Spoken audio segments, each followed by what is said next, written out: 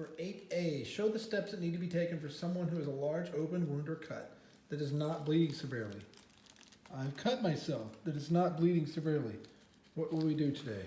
So you can wash it off with some water and then get a steri strip, or I think that's what it's called, yeah. And then you could get it and put it an inch over, which is about that each side, and then put it on and it will stick. Wait, 1 sec. This is not a, put it on and it will stick. Get some gauze or something that, and then wrap it around.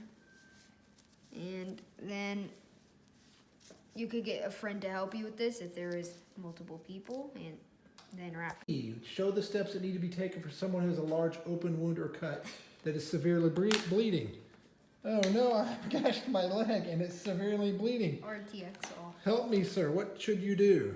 So you can wash it with water if you have water, and then get all the blood gone, and then you get a gauze pad like this, kind of wrap it up.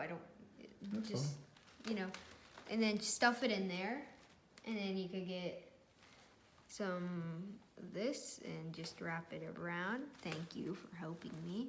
Oh, I'll be able to finish my hike today. No, you won't, because we're not hiking. And then you can wrap it around with more here. You can wrap this around, and then. Okay, 8C. Tell the dangers in the use of a tourniquet and the conditions under which its use is justified. So Josh, Tourniquet. what are the dangers of using a tourniquet? So, dangers of using a tourniquet is you could possibly lose a limb, tissue will die, and other harm will be caused.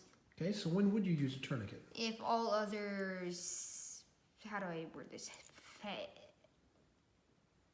First aid things have failed, Right.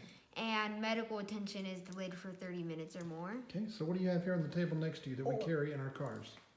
This is a tourniquet, but because it's not open, we're going to be using this. Okay, so today we're pretending that, oh no, we bandaged this bad scrape and it's still bleeding and we are a long way from medical assistance. So we're going to pretend that we have a tourniquet with a belt.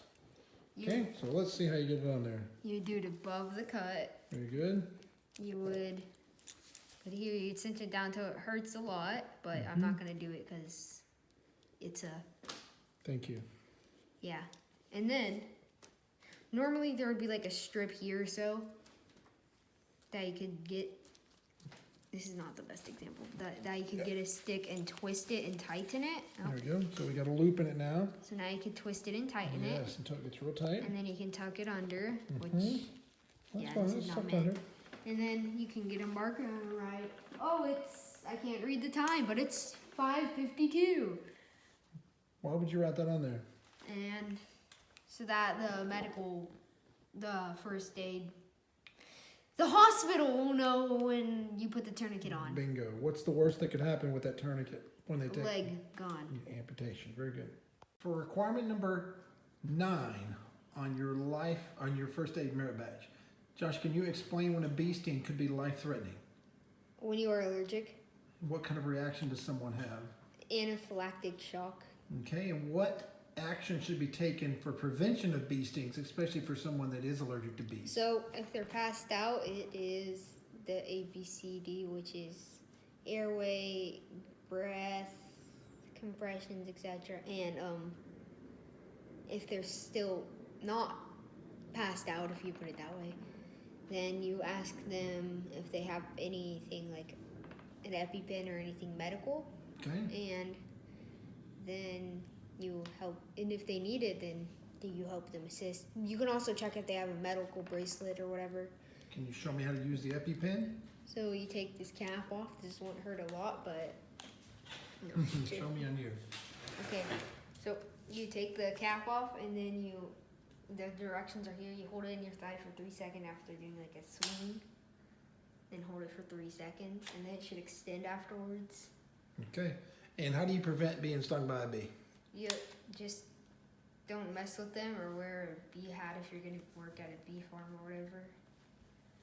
And Maybe- like the whole bee Maybe costume. or maybe a long Costume sleeve shirt. what thing. Okay. I have fractured my forearm or maybe my wrist. Please help me. No.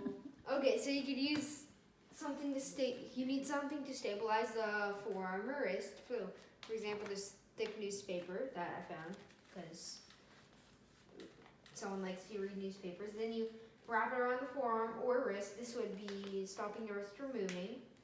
So if you try to move your wrist back, forward, and back, you can.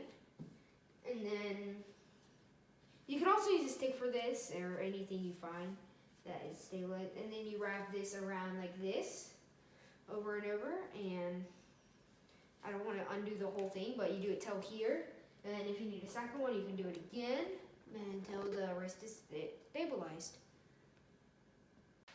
Now we're working on splinting the lower Leg. leg. So first you would want to get a soft splint without the bamboo stick that we have had. And then you would want to wrap it around. Oh, be gentle, it hurts. Don't do that. Anyway, I'm doing a bad job. But And what's the point of splinting it? so to stop it from moving, Yeah, you wrap it around. immobilize it. Then you put the sticks and you get a thing, something to wrap it with. What And if you didn't have a gauze pad? What could you use? a shirt, A shirt, twine, something like that? anything, string. And then you just wrap it around to the top. So you keep going and we have more right there. Yep. And you just keep doing this until you get to the top and then maybe go back down until you run out. Okay, Josh, how would you splint an ankle fracture?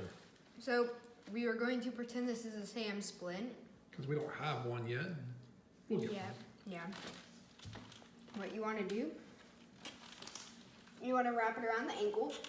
If I can see your ankle. You can put it here.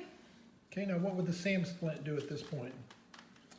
Stop it from moving. Exactly, immobilize the joint. Yeah. And then you want to, I have to secure this. Oh, nope, it will fall. But you will secure this part right here.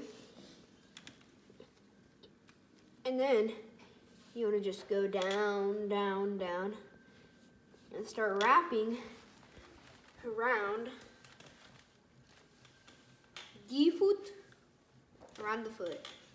11. Describe the signs, symptoms, and possible complications, and demonstrate care for someone with a suspected injury to the head, neck, or back.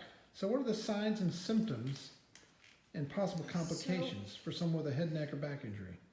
The signs are they could have been in an automobile accident, car wreck, motorcycle, car wreck, motorcycle wreck, anything, automobile. They, if their helmet is cracked from a bike or something, maybe if they fell from above their height, so let's say stand here, if I fell from above my head, Okay. right? So if I fell off the stairs or something.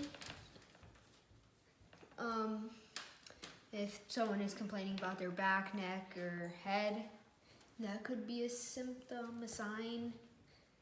Let's see. If they're not fully alert, if they appear to be drunk or confused, if they're frail or over 65, you're almost getting to that age. I'm sorry. Okay, now what demonstrate the care? How do you care for someone with one of those injuries? So you want to, there's 5 steps. First, if you can call 911, which you should call 911. Then you stabilize their head and neck. You provide urgent treatment if they needed, which usually it is needed. Then you do not move the person or move them as little as possible. Next, if the victim is having trouble breathing, you can help them breathe, open their airway. And if they have a split helmet or something, a helmet on, try not to move their helmet unless it's blocking their airway. So like if the strip is into your neck. And then treat for shock is the 5th and final step. Okay. So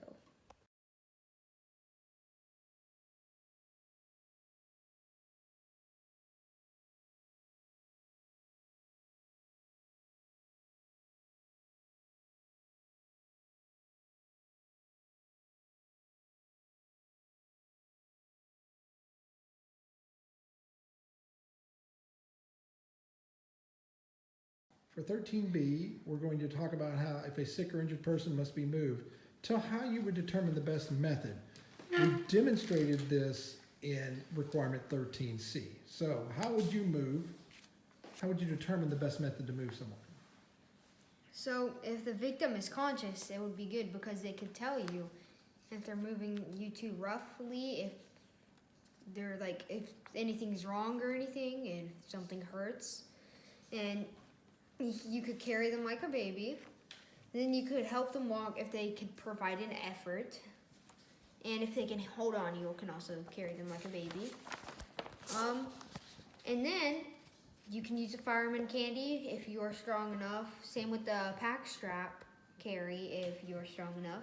And then if there's an unconscious victim, you can have their arms cross your neck like, how do I do this? Like that sorta, while they're on the floor, and you can crawl and then they'll kind of follow you. So that is one of them if they're an unconscious person. Then you can roll them over onto a blanket or shirt or something that can slide and then pull them. And then you can grab their feet and pull. And then if you have a helper, it will be a lot easier because if they're still conscious, you can carry them, one person on each side, helping hold them up like that. And then it's pretty easy to carry them. You can also make a stretcher with blankets and 2 sticks, and that would probably be one of the easiest way to carry them. You can also use a shirt and put the sleeves through the sticks to carry them, because that's usually strong enough. And then you can also put the victim in a chair, and then someone hold the front of the chair and then the back of the chair.